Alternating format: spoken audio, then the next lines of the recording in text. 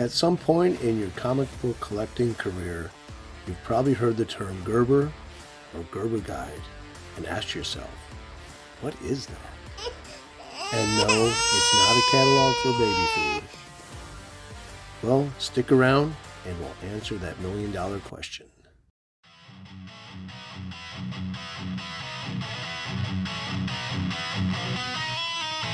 Watch Nighttiger Comics! Watch Nighttiger Comics. Tiger Comics! Nighttiger Comics! Tiger Comics! Yeah!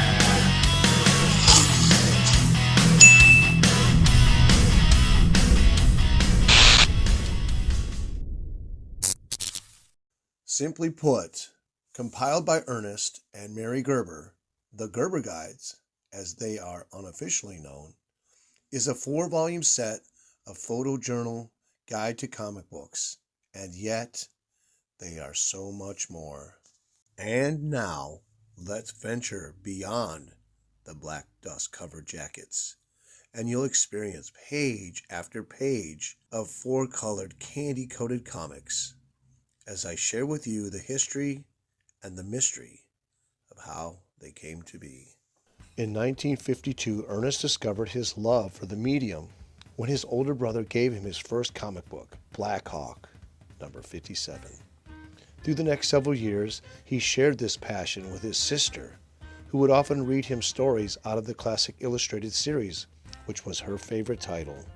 Although, in 1958, with Girls in Sports, he forgot all about comics. So he thought. Then in 1967, after graduating as a civil engineer and getting married, he passed by a pharmacy window to see a spinner rack of comics. But at this time, there was still that stigma of comics being only for children, and this seemed to stir something inside him. But that wouldn't manifest until years later, when his older sister, in December 1976, was tragically killed in an automobile accident.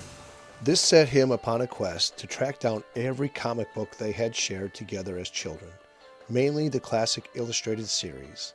Not thinking much about the task at first, it soon dawned on Ernest that tracking these back issues down could be quite pricey, and so he began to purchase bulk collections. And by 1978, he had amassed $90,000 worth of comics. Now, mind you, his wife wasn't happy or supportive.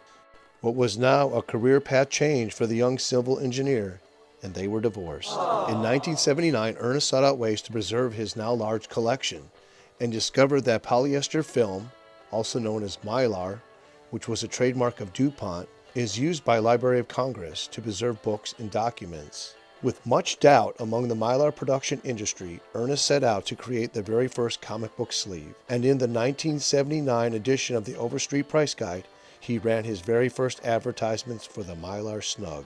In 1982, he met Mary. Not only were they wed, but she became his greatest inspiration. As the Mylar Snug became a big seller, Ernest began amassing comic book photos to begin his dream of publishing his own price guide in direct competition with the Overstreet. And with successes came professional jealousy from a few of their competitors who used unsavory tricks to damage their auction businesses and prevent their now planned price guide from seeing publication. And with so many materials, such as their large collection of comic book photos still in their possession, Ernest and Mary came up with the idea to produce the best possible reference book of comic books. And thus the photojournal guide to comic books, aka the Gerber Guides, were born.